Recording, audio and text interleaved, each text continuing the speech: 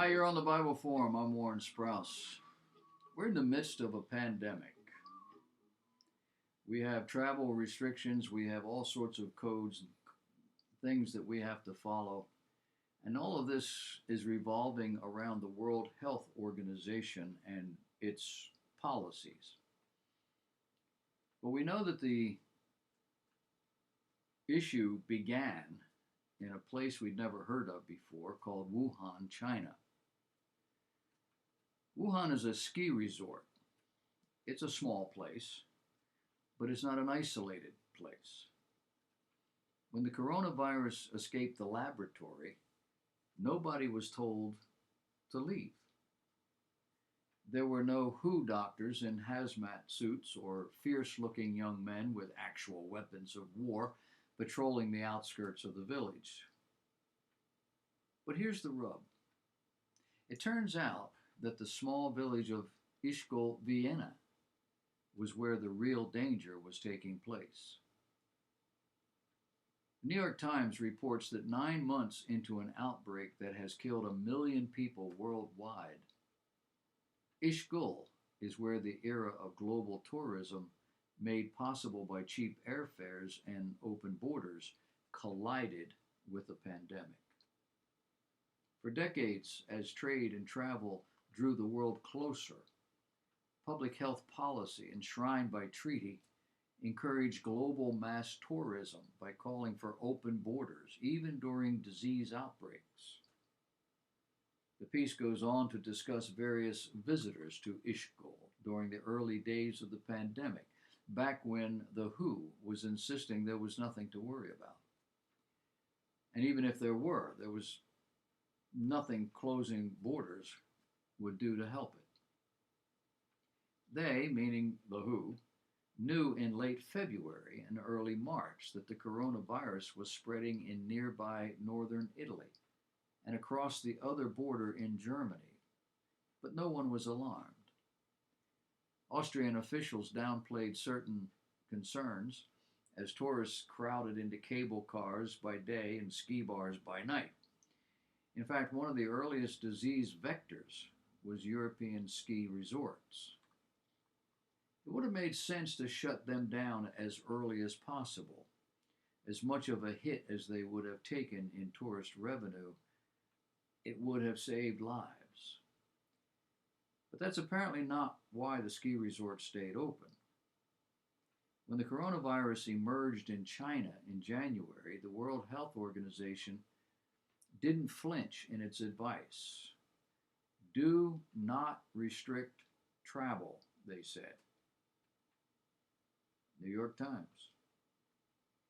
But what is now clear is that the policy was about politics and economics, not really public health. Public health records, the article says, records, I shouldn't say records. Public health records, no, it's records. Can't read my writing. Public health records, scores of scientific studies, and interviews with more than 24 experts show the policy of unobstructed travel was never based on hard science. It was a political decision, recast as health advice, which emerged after a plague outbreak in India in the 1990s. By the time COVID-19 surfaced, it had become an article of faith. That plague outbreak in India didn't kill many people, roughly 50. However, in the aftermath of SARS, the World Health Organization decided to hash out what should happen in the case of future pandemics, and it appears that they chose poorly. In 2005, it's reported that diplomats struck a compromise intended to balance public health needs with the economic consequences of what they called unnecessary interference with travel and trade.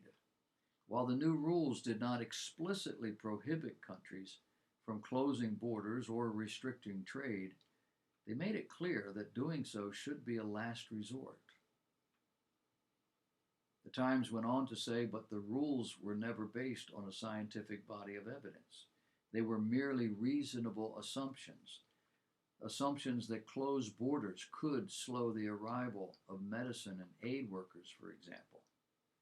Yet no one studied whether restricting travel might slow a fast spreading disease, partly because there was no tradition of collecting data on such interventions. Lawrence Gostin is professor of global health law at Georgetown University. He said, "We didn't think we needed to measure them because we thought we knew." He added, "Clearly, we didn't." Gostin is one of the fellows who helped write the international health regulations, that set of rules for situations like this. The gist of them is that since global trade and the freedom of movement across borders were necessarily good things, and there was no evidence that closing borders could slow the spread of any public health concern, countries should be discouraged from taking those steps. Clearly, in hindsight, these were steps that, had they been taken, could have saved people a lot of misery.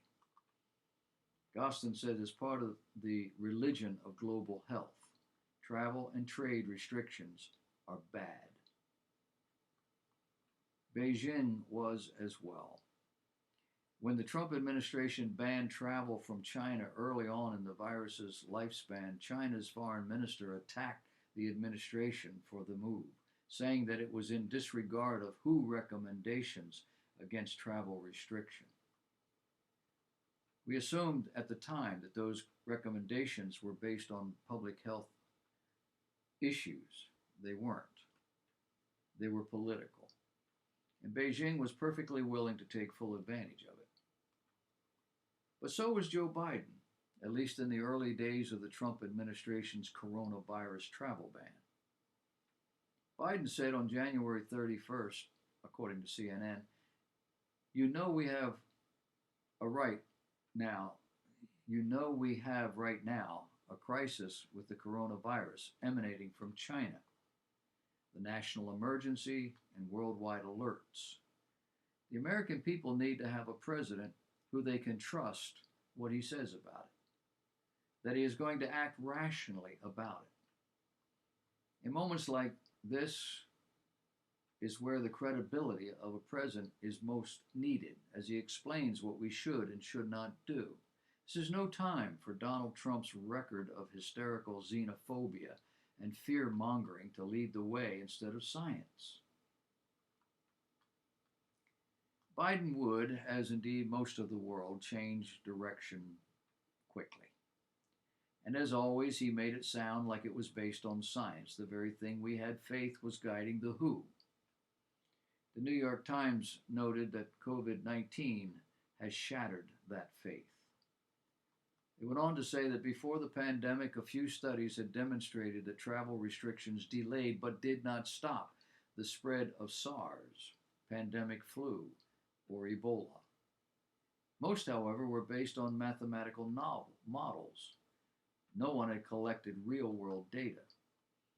The effect of travel restrictions on the spread of the latest coronavirus is still largely not understood. What we do understand, however, is that the free movement of people simply isn't an option when the potential for a pandemic exists. We learned that lesson the hard way. On the slopes and the ski bars in Ishkol.